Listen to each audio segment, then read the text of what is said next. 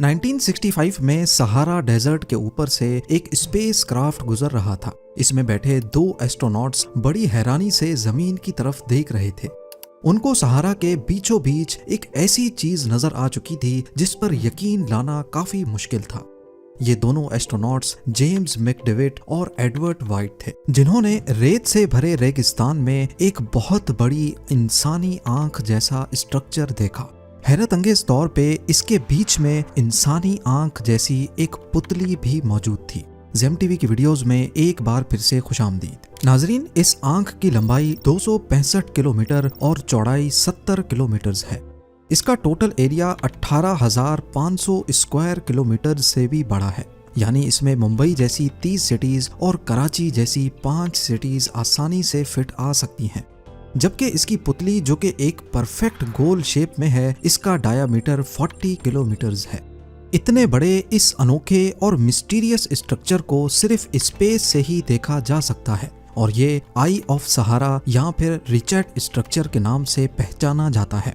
यहाँ आपको लग रहा होगा कि ये किसी बहुत बड़े एस्ट्रॉयड इम्पैक्ट का निशान है, पर हकीकत में ऐसा नहीं है। यहाँ साइंटिस्ट्स को आज तक किसी एस्ट्रॉयड इम्पैक्ट के सबूत नहीं मिले हैं। यही वजह है कि इस स्ट्रक्चर ने आज तक साइंटिफिक कम्युनिटी को गहरी कश्मकश में डाल रखा है। हजारों मील तक फैले रेगिस्तान में ये अनोखा और परफेक्ट गोल स्ट्रक्चर आखिर पैदा कैसे हुआ, ये तो हमें नहीं मालूम, लेकिन हिस्टोरियंस ने इतिहास में खो जाने वाले एटलांटिस शहर का जो नक्शा बयान किया है वो आई ऑफ सहारा से काफी मिलता जुलता है। सिर्फ एक दो नहीं, बल्कि एटलांटिस के दर्जनों नक्शे ये बयान करते हैं कि ये बहुत एडवांस्ड सिविलाइजेशन थी, जिनके शहर रिंग शेप में बने थे और हर रिंग एक दूसरे से ब्रिज के जरिए कनेक्टेड थी, जिनके नीचे समंदर का पानी गुजरता था। आई ऑफ सहारा की शेप और बयान किए गए एटलांटिस में काफी सिमिलरिटीज देखी गई हैं। रही बात इसकी लोकेशन की, तो 2500 साल पहले ग्रीक हिस्टोरियन हेरोडोटस ने उस वक्त की दुनिया का नक्शा बनाया था। उसमें अफ्रीका के वेस्ट में एटलांटीज नाम का कोई शहर मेंशन है। इस मैप को आज के वर्ल्ड मैप से मैच किया जाए तो एटलांटी की लोकेशन ठीक रिचर्ड स्ट्रक्चर की लोकेशन से मैच करती है। सिर्फ इस मैप पर ही नहीं, बल्कि 2000 साल पहले रोमन जियोग्राफर पोम्पोनियस मेला ने भी एक वर्ल्ड मैप बनाया था। इसमें भी एटलांटिया नाम का शहर मेंशन है। इस मैप की ओरिएंटेशन ईस्ट की तरफ है, लेकिन अगर इसको घुमाया जाए और नॉर्थ को ऊपर किया जाए तो यहाँ पर भी देखा जा सकता है कि सहारा के नॉर्थ वेस्ट एरिया में इन्होंने एटलांटिया या फिर एटलांटिस को दिखाया हुआ है, जहाँ पर एटलांटियंस बसते थे। एक बार फिर से इसमें एटलांटिस की लोकेशन आज के रिचर्ड स्ट्रक्चर या आई ऑफ सहारा से मैच करती है। रिचर्ड स्ट्रक्चर को जमीन से देखा जाए तो इसकी रिंग्स इतनी बड़ी हैं कि किसी को अंदाजा भी नहीं होगा कि वो इनके बीच में खड़ा है। यहाँ आर्कियोलॉजिस्ट को ऐसे कोई एविडेंस नहीं मिले जिससे ये जाहिर हो कि यहाँ 12,000 साल पहले कोई इंसानों की सिविलाइजेशन बसती थी। लेकिन दूसरी तरफ पूरी दुनिया में रिचर्ड जैसा कोई और स्ट्रक्चर कहीं भी नहीं देखा गया। यही वजह है कि ये साइंस के लिए एक मिस्ट्री बना हुआ है।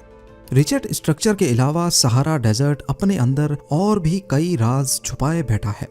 अफ्रीकन सहारा का नाम सुनते ही हमारे जहन में कड़कती धूप, ना खत्म होने वाले रेत के टीले और बेइंतहा गर्मी का ख्याल आता है। लेकिन सहारा डेजर्ट जितना ऊपर से खुश्क दिखता है, इसने अर्थ की हिस्ट्री में उतना ही ग्रीन पीरियड देखा है।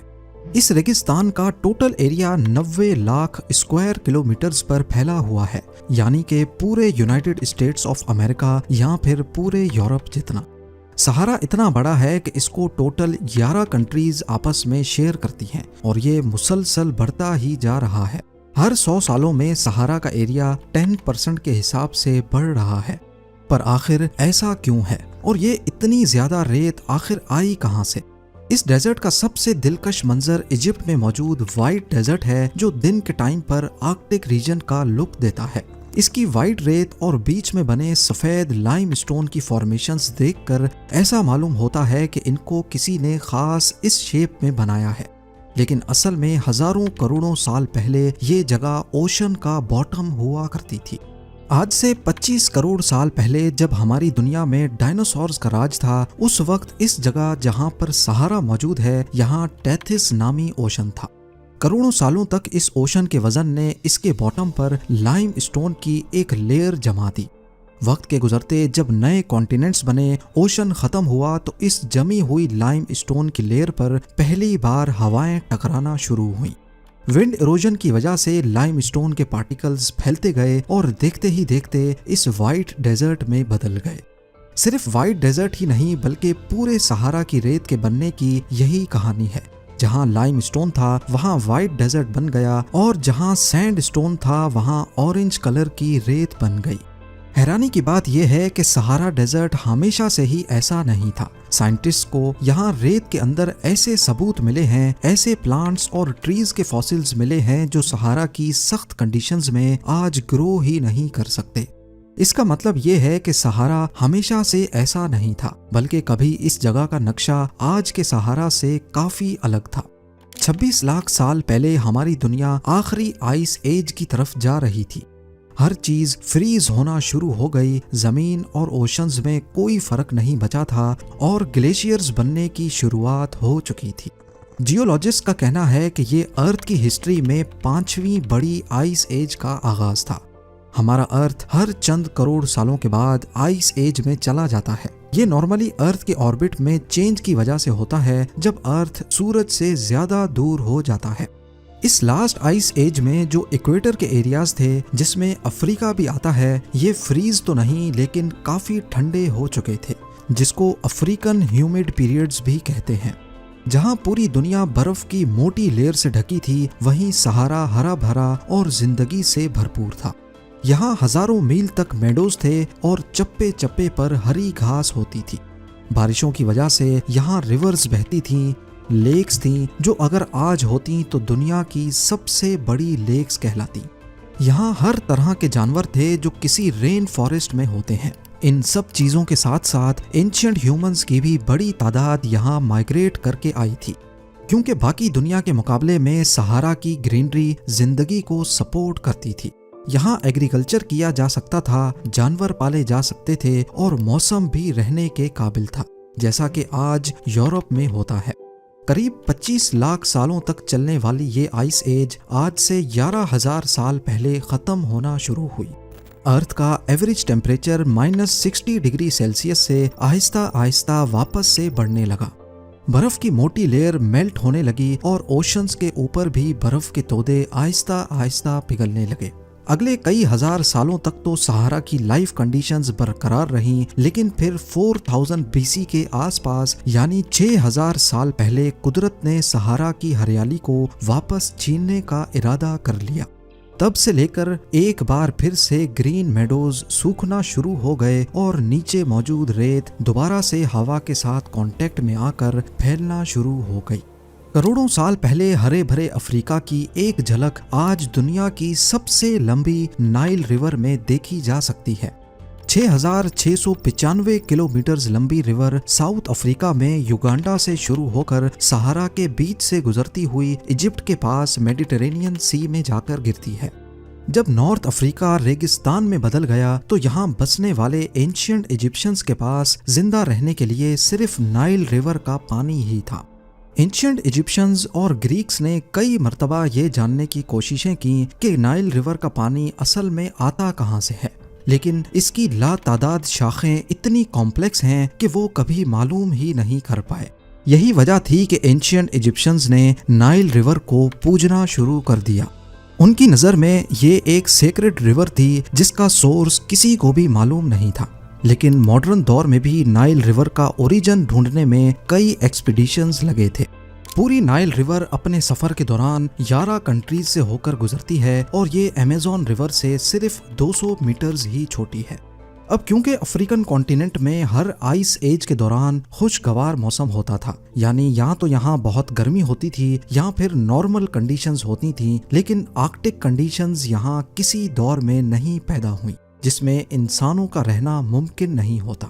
इसी वजह से इंसानों की बहुत पुरानी सिविलाइजेशंस के सबूत भी अफ्रीका से ही मिले हैं। या फिर यूं कहा जाए कि इंसानों की शुरुआत यहाँ से हुई थी तो ये भी गलत नहीं होगा। नवंबर 1974 में इथियोपिया में हदर के मकाम से इंसान का सबसे पुराना स्केलेटन मिल चुका है। ये ढांचा 40% कंप्लीट है, जो कि हैरत अंगेज तौर पे 3.2 मिलियन ईयर्स पुराना है, 32 लाख साल पुराना। काफी रिलीजन्स में भी इंसानियत की शुरुआत का जो एरिया बताया गया है वो आज का अफ्रीका ही है, और साइंटिफिक एविडेंस से भी ये बात जाहिर होती है कि ह्यूमन स्पीशी सबसे पहले अफ्रीका में ही पैदा हुई थी। सहारा डेजर्ट में एनेडी प्लेटो नामी एक जगह है जहाँ पर एक सीक्रेट बागीचा मौजूद है। ये जगह गर्म रेत के बीच लोकल खाना बदोशों के लिए किसी जन्नत से कम नहीं है। हजारों सालों से ये जगह सहारा में सफर करने वाले काफिलों के लिए एक स्टॉप ओवर है। यहाँ जानवर, खास तौर पर ऊंट, पानी पीते हैं और इंसानों के रेस्ट करने के लिए ठंडी गारें भी मौजूद हैं। इन गारों में एंशियंट अफ्रीका के उस दौर की कुछ यादें आज भी छपी हैं जब सहारा हरा भरा होता था। केव्स के अंदर जगह जगह पर रॉक आर्ट्स देखने को मिलते हैं, जिसमें कैटल यानी गाय सबसे ज्यादा देखी जा सकती हैं। ये जानवर अक्सर उन्हीं जगहों पर पाया जाता है जहां उनके खाने के लिए घास फूस मौजूद हो।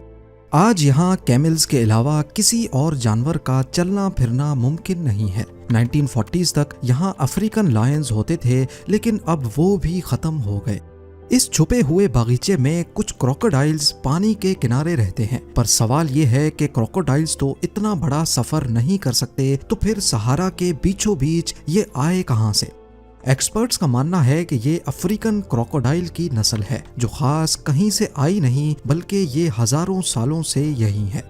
आज यहाँ गिने चुने मगरमच्छ ही रहते हैं और ये भी आहिस्ता आहिस्ता खत्म हो रहे हैं। इनके पास खाने के लिए ज्यादा कुछ नहीं, ये पानी में मौजूद मेंढक और मछलियाँ खाकर गुजारा करते हैं। एंशिएंट इजिप्शियन किंग टूटनखामुन के नेकलेस के अनोखे और मिस्टीरियस पत्थर का राज भी सहारा में ही छुपा है। इस पत्थर ने रिसर्चर्स को कई सालों तक पहेलियों में उलझाए रखा। ये एक नेचुरल ग्लास स्टोन है जो पूरी दुनिया में कहीं भी नहीं पाया जाता। एक वक्त तक ऐसा माना जाता था कि ये हमारे प्लेनेट का हिस्सा ही नहीं है, बल्कि किसी और दुनिया से आया है। लेकिन फिर आखिरकार इसका ओरिजिन भी सहारा के बीच से ही मिला। लीबिया में मौजूद सहारा के हिस्से में ऐसे बहुत से पत्थर रेत के बीच बिखरे हुए पाए गए। एक्सपर्ट्स का ख्याल है कि 3 करोड़ साल पहले एस्ट्रॉइड इम्पैक्ट ने यहाँ के सैंड स्टोन के पत्थरों को पिघला दिया था। उस वक्त यहाँ दरिया और नदियों का बहना बहुत कॉमन था। सैंड स्टोन का लावा जब पानी पे गिरा तो फौरन ठंडा होने की वजह से ये ग्लास स्टोन बन गया। सहारा की अनलिमिटेड रेत देखने में तो बिल्कुल बेकार लगती है। ना ही ये रेत कंस्ट्रक्शन में कंक्रीट मिक्सचर बनाने के काम आ सकती है और ना ही इसका कोई और प्रोडक्टिव यूज है।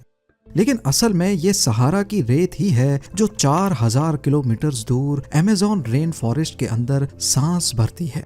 हर साल करोड़ों टन रेत हवा के जरिए उड़कर समंदर पार साउथ अमेरिका में जाकर गिरती है। इसमें मौजूद फास्फोरस सिर्फ 0.08% है, लेकिन एक्सपर्ट्स का मानना है कि ये अमेज़न रेन फॉरेस्ट के फास्फोरस लेवल को मेंटेन रखने के लिए काफी है। अमेज़न रेन फॉरेस्ट में बारिश के पानी के साथ फास्फोरस रिवर्स में बहकर जाया हो जाता है। अगर ये फास्फोरस अमेज़न रेन फॉरेस्ट में नहीं गिरा तो यहाँ की जमीन में फास्फोरस की शॉर्टेज हो जाएगी और नए प्लांट्स और दरख्त उगना बंद हो जाएंगे। अब आखिर में जानते हैं सहारा डेजर्ट की चंद हैरान कुन हकीकतें। अमूमन सहारा डेजर्ट को दुनिया का सबसे बड़ा डेजर्ट बताया जाता है, लेकिन हकीकत में ये दुनिया का तीसरा बड़ा डेजर्ट है। पहले 2 एंटार्क्टिका और आर्कटिक डेजर्ट्स हैं। ये बात दुरुस्त है कि सहारा दुनिया का सबसे बड़ा गर्म रेगिस्तान है, जबकि एंटार्क्टिका और आर्कटिक कोल्ड डेजर्ट्स में शुमार होते हैं। सहारा का total area 90 lakh square kilometres है, लेकिन हर सीजन में इसका एरिया बदलता रहता है, क्योंकि रेत हर मौसम में या तो फैल जाती है या कॉम्पैक्ट हो जाती है। पूरे सहारा में रेत सिर्फ 25% एरिया पर फैली है, बाकी एरियाज पर पथरीले पहाड़ मौजूद हैं। यहाँ सैंड ड्यून्स की हाइट 180 मीटर तक जाती है और सहारा का सबसे ऊंचा पॉइंट माउंट कोसी है, जो 3415 मीटर ऊंचा है। ये बेशक ही दुनिया का गर्म तरीन रेगिस्तान है, लेकिन कई मकामात पर यहाँ बर्फबारी भी होती है और टेम्परेचर -6 डिग्री सेल्सियस तक गिर जाता है। उम्मीद है जेम टीवी की ये वीडियो भी आप लोग भरपूर लाइक और शेयर करेंगे। आप लोगों के प्यार भरे कमेंट्स का बेहद शुक्रिया। मिलते हैं अगली शानदार वीडियो में।